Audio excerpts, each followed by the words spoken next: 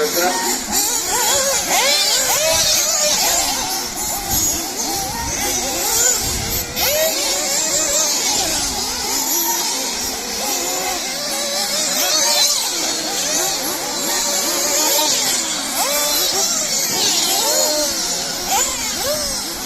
Van 42 minutos de carrera, casi.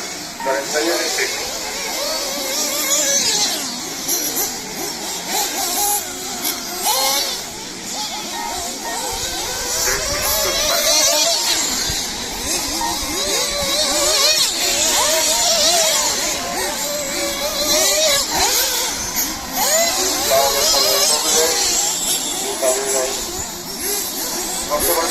No se voltaba arriba después del doble.